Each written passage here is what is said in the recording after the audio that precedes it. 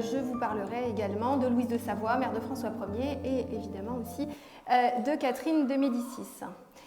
C'est pour ça qu'en fait, lorsque l'on parle et lorsque l'on veut évoquer Catherine de Médicis, Louise de Savoie, qui sont des femmes plus connues, il faut revenir à Anne de France parce que beaucoup de fondements politiques ont été mis en place sous sa régence, entre guillemets, puisque comme je vous le dirai tout à l'heure, elle n'a jamais eu le titre de régente.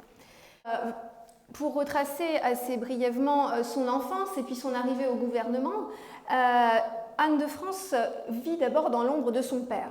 N'oublions pas que, vous voyez, je vous disais qu'elle n'est pas très connue, c'est quand même elle qui contribue à mettre la dynastie des Tudors au pouvoir en Angleterre.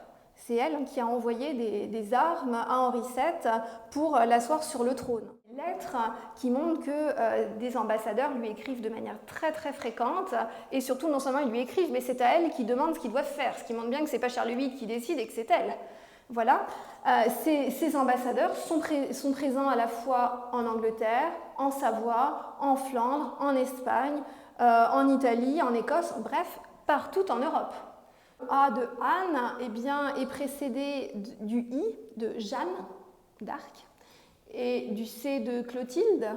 Voilà, donc en fait, elle apparaît dans les livres à la suite des femmes les plus puissantes, et non seulement des plus puissantes, mais aussi des femmes salvatrices. Parce que Clotilde, c'est quand même celle qui fait se convertir le royaume. Sainte Jeanne d'Arc, bon, voilà, c'est celle qui sauve aussi le royaume de Charles VII et qui sauve la France.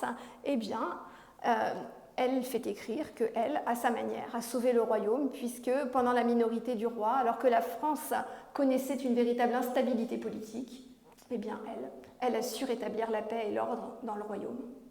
Voilà, les princesses les plus puissantes de son temps, et aussi qui a servi de modèle eh bien, à bien d'autres, à la fois en France et en Europe, jusqu'à la fin du XVIe siècle. Voilà, je vous remercie.